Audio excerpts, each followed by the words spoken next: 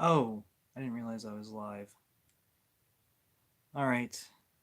Give me a second here to set up. Um, I apologize, everyone. I'll have to cut this off. Welcome to EVTN News. And I'm getting started a few minutes early because I accidentally hit the go live button. And I'm actually not ready. So I'm just going to fill in the gaps with some conversation here. Um, okay. So, did you guys see there was some local politician in Chicago, and she wrote to Cardinal Supich and petitioning him to open the Institute Church back up. So the Institute, the Institute of Christ the King, the Shrine of Christ the King, they're suspended from saying Mass or any of the sacraments in Chicago, and so she petitioned him, and she's in the Communist Party, well, Democrat Party, but um, I thought that was very interesting, and he'll listen to Democrats. He won't listen to Catholics, but he's more likely to listen to Democrats. In fact, who did he tell? What was his opinion on the election? Anyway, all right. Thanks for joining me a little bit early today.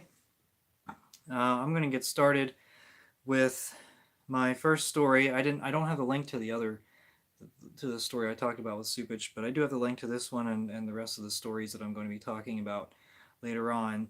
The first story, actually, I think this is really important, and so I'm going to read it to you. Detroit Archbishop Alan Vigneron issued new guidelines on May 5th, the feast day of Pope St. Pius V, requesting that pastors of parishes offering the Latin Mass find a new location for the liturgy by July 1st, 2024, in conformity with the Holy See's regulations. In addition, the Archbishop asked priests to request permission to continue or begin offering the Latin Mass by May 10th, 2023. So, he's going to have them request permission to continue or begin. I wonder if he's going to grant new priests permission to offer Latin Mass. Anyway, his instructions stated, in order to allow for the pastoral care of those faithful who are attached to this form of the Mass in each region, I am also prepared to grant a 2-year permission for the use of the parish church at a site in each region. For the use of a parish church. So they just have to request permission and he'll grant them a 2-year permission, which is much different than what we've been seeing across the country. Now it just so happens that the Latin Mass has expanded considerably in Detroit. There is not a regularly scheduled Latin Mass in the Archdiocese until 2003. Now there are 14 Sunday Latin Mass sites and 14 non-Sunday sites in the Archdiocese, which is really incredible. They have the Institute, the what is it called? Is it St. Joseph's Oratory in Detroit? I believe so, that the Institute runs that. And so they have a religious order running a Latin Mass, but then there's also a whole bunch of diocesans, which is incredible. Now, the thing about this is Vigneron will turn 75 within a year. I think it's coming up. I think his birthday is coming up in the fall, actually. And so he will be replaced.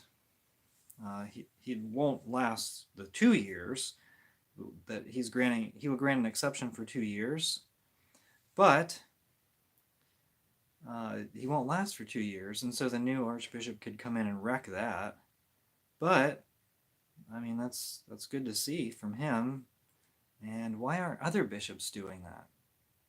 That's a serious question.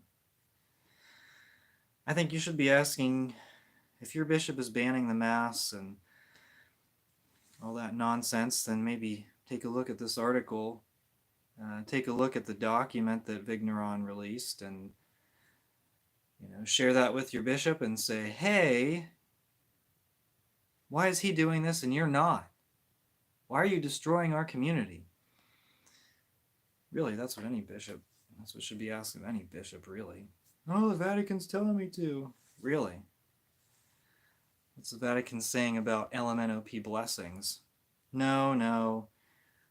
Oh, wait. We'll cover that later. Okay. Speyer, Germany Bishop Wiseman has appointed Tatiana Blumenstein, a teacher of religion, as that's a woman, to head his empty seminary. She runs it together with Canon Franz Vogelsang, okay, in a dual leadership in which conflicts are inevitable. Vogelsang is in charge of priests and deacons, Blumenstein of pastoral assistants who have no place in a seminary. So what is the goal? I think we all know. Johann Bonny, Antwerp's bishop of Belgium, has twice spoken with Francis about LMNOP pseudo-blessings. He said in a May 17th interview, there are, quote, different positions on this in the Vatican, he said, as Rome is also unity in diversity. The 8 Belgian bishops are in agreement regarding such pseudo-blessings. Bonny does not want to be disobedient to Francis with this. He finds the alleged tensions between Germany and Rome unhelpful. He blames Rome. He said, in Rome, they should listen better somewhere and not be so critical. That doesn't help anyone. In Rome, for example, they say, you can do it, but you shouldn't say it, in regards to the blessings. With us, on the other hand, what you do and what you say should coincide as much as possible. So basically what he says that Rome, he's implying that Rome has told him that, yeah, you can do the blessings, just don't talk about it. I don't know if that's true or not, but that's what he says. The modernists like to kind of make themselves seem more important than they actually are. Isn't that true? All right, where's the next story? Father Rosica. Oh, this is a good one.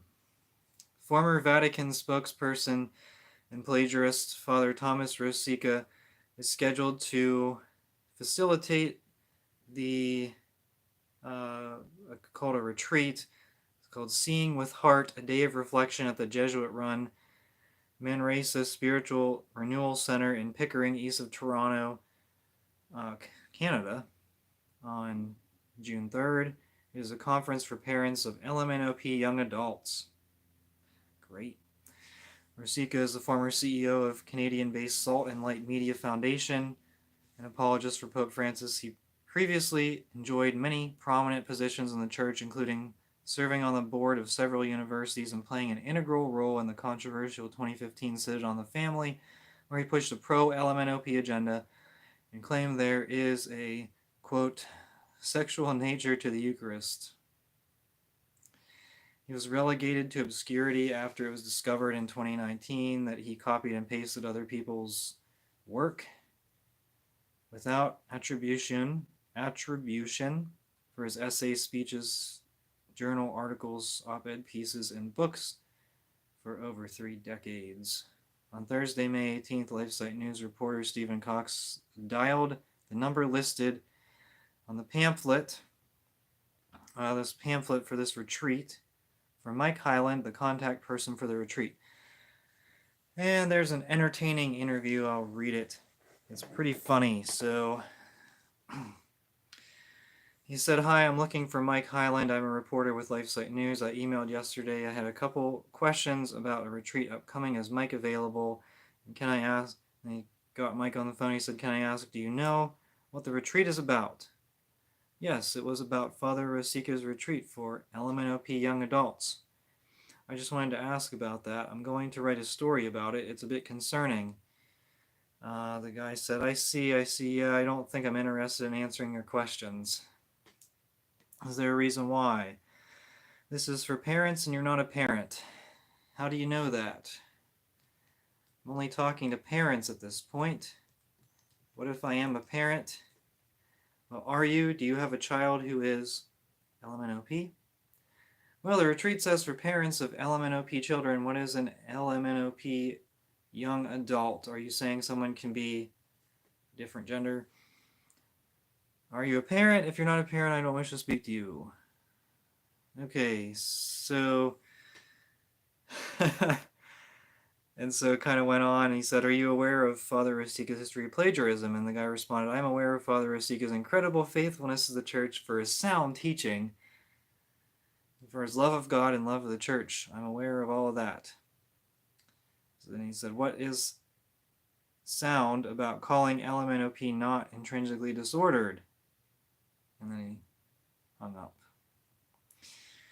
So this is the dialogue that you have with the modernists. Kind of an entertaining, I don't know if kind of an entertaining phone conversation. I don't know if I did it justice. Click on the article, read it for yourself if you're interested. All right, the Paulist Fathers. So we talked about them last week. God is LMNOP. Yeah, no, that's not true. Following concerns expressed by the Archdiocese of New York, a Manhattan Catholic church run by the Paulist Fathers has changed the name of an art display from God is Trans, a queer spiritual journey, to just a queer spiritual journey. However, the artwork is still on display. So they didn't do anything. They just changed the name of the exhibit. Wow. The Archdiocese told them. Imagine if trads would do this. If a bishop said, "Stop your Latin Mass," and they said, "No." Then what? In the Archdiocese of New York, it doesn't look like anything would happen. Or would it? All right, this is a really odd story. Fort Worth, Texas, Bishop Michael Olson took actions of, quote, pure evil against the cloistered Discalced Carmelite nuns of Arlington, Texas. A lawsuit of the sisters says. So they're filing a lawsuit. They're filing a lawsuit against him. Olson arrived with 3 aides at the monastery April 24th with just 30 minutes notice, demanding that Mother Teresa Agnes, the superior, turn over her computer, iPad, and phone. He questioned 4 sisters for several hours and claimed that the monastery, founded in 1958, was shut down. The superior had a surgical procedure that day and was connected to a feeding tube and still under anesthesia and on pain medication. Nevertheless, Olson wanted to interrogate her after she had returned from the hospital. Olson has forbidden priests from presiding daily Eucharist at the monastery and barred as many as 50 to 60 parishioners from regular attendance. This week, Olson fired back, publicly trumpeting that the superior had broken her vow of chastity with a priest. Wow, that's a serious accusation from Olson. Sounds like a spitfire, I guess you would call him. There's other stories about him in the past that are kind of similar to this one, but I don't want to make any assumptions or any accusations like is going on here. I don't know the full story, but it sounds like a real mess. So we'll see what comes of that. I thought that was an interesting news story, and yeah, probably not a great thing. All right, so let's see what we got here. Patrick Coffin's Hope is Fuel conference. That's hitting a bit of a snag. Now, last week I kind of trashed Patrick Coffin. I just, I said the Novus Ordo Sedevacantist position is an awful place to be. And Dr. Peter Kwasniewski thinks so as well. He was scheduled to, I guess, speak in a video at this conference, and he just posted something within the last few days that said, I've canceled my participation in the Hope is Fuel conference and would like to explain why. And so I'm not going to read the whole thing. He said he actually agreed to join after the initial outburst of the hysterical progressive Catholics on Twitter. But he discussed, I'll read this, instead it has Instead, it has been a number of conversations with fellow traditionalists that have prompted me to reconsider the prudence of being on the roster of speakers. Initially, it had seemed to me that one could bracket Mr. Coffin's views on the papacy or Mr. Jones' theories about the Jays because these things were not at all touched on the conference topics. No one needs to be told that conferences bring people together who often disagree about all sorts of important things. Okay. And then later on, he said, all the same, given the centrality of these issues for Catholics, I believe it is my responsibility as a public intellectual to not be officially associated with anyone who is well known for holding that Benedict's resignation was invalid and that Francis is not the regnant pope. Sedevacantism in any form I consider to be a disastrous dead end, as disastrous in its own way as modernism and progressivism are in theirs. I owe it to my many readers to avoid confusion whatsoever on this point. I do not wish to be able to draw the inference that I tolerate sedevacantism as an opinion and don't consider it such a big deal. Then he goes on. You can read more in the link below. I do want to read this last part. About E. Michael Jones, I will only say this. I'm not familiar with his extensive corpus of work, except for his books on rock music and modern architecture, which were enjoyable if not wholly convincing. I was vaguely aware of his J conspiracy theories. Are they really conspiracy theories? Which, as far as I can tell, do not enjoy widespread diffusion, much less acceptance in the broad world of traditional Catholicism, in which most people are much too busy with the cares of work and family to follow the ramblings of keyboard warriors. If he is wrong in his voluminous research, he should be refuted rather than canceled in the virtue-signaling, thought-police manner of our times. That being said, I will candidly admit I was disgusted with certain caustic and obnoxious statements of his that were shared with me about which I did not know before. So if you know, okay, I was disgusted with his SSPX position where he calls them schismatic. Anyone who calls the SSPX schismatic kind of takes it down an intellectual notch because it's not true. It's objectively false. As for sedevacantism, Patrick Coffin's brand of sedevacantism is not a good one. As for sedevacantists, are they outside the church? I don't know. Who am I to judge, right? Are they schismatics? I mean, come on. The Vatican II has a lot of nice things to say about the Orthodox, and they insult the idea of the papacy. So, in terms of sedevacantists, like, I don't know, the ones who adhere to the doctrines of the Catholic faith, they just have a difference of opinion on the Pope. I don't know. Is it my place to label them outside the church? I don't know. No, it's not my place. I don't know. I don't really know, but that's why he's quitting. Anyway, and he talks about E. Michael Jones, and he's disgusted about E. Michael Jones, and yeah. Who wrote this? Dr. Kwasniewski. Sedevacantism is above the average person's pay grade. How can we pew sitters really know? Yeah, really. I mean, I like the SSPX position, in which they say Francis is,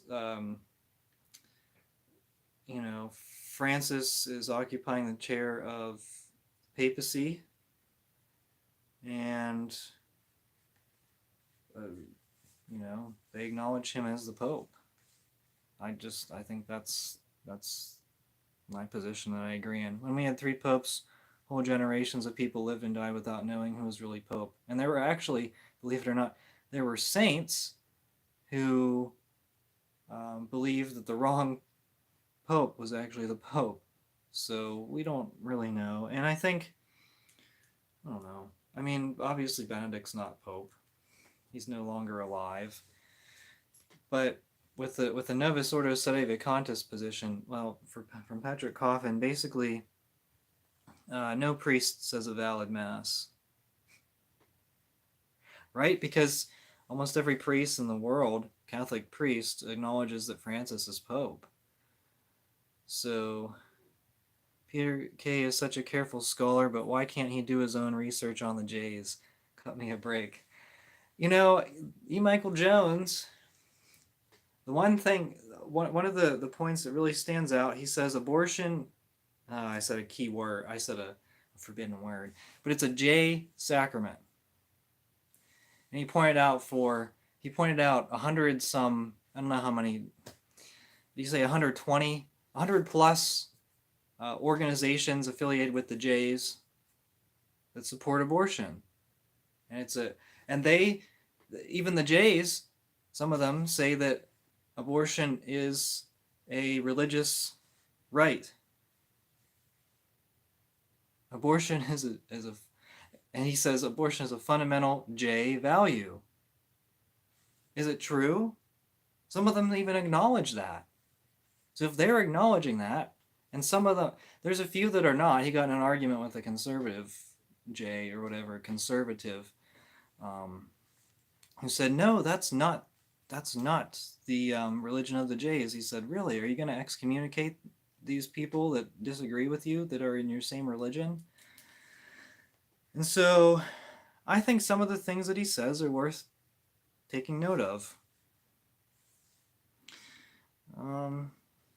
He has interesting things to say on other things too, but yeah, I mean, look, what's there to be discussed? I don't know. If you could point to specific statements that Dr. Jones has said, and Dr. Jones disagrees with Patrick Coffin. He thinks Francis is Pope.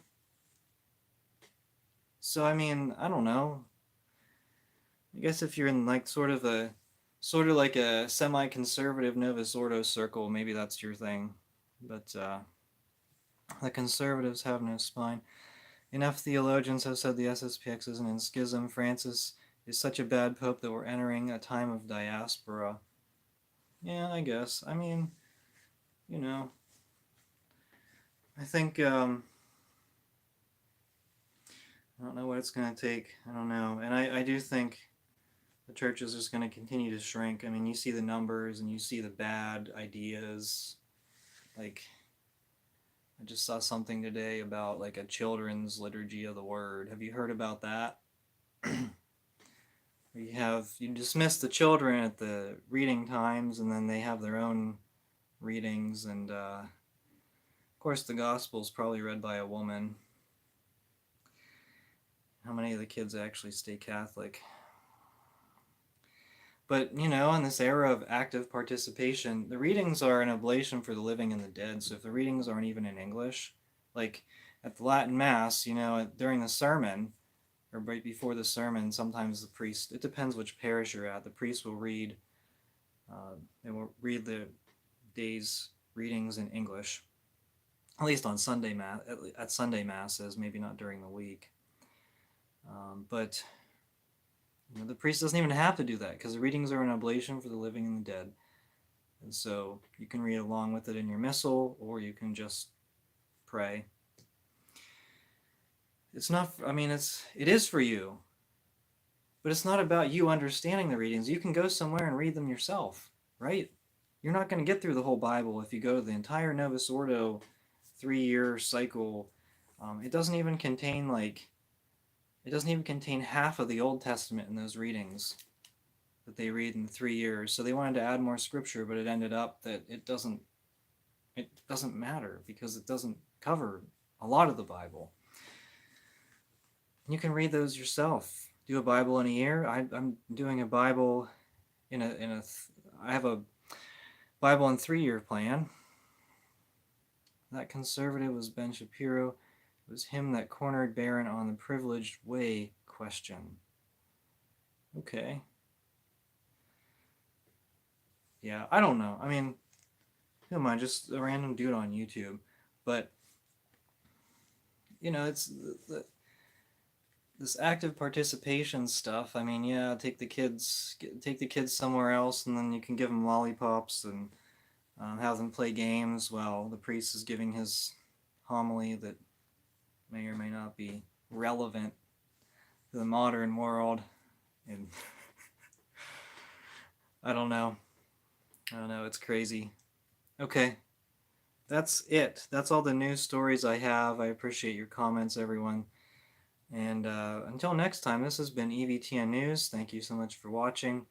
We are the laity, and we will not be silent.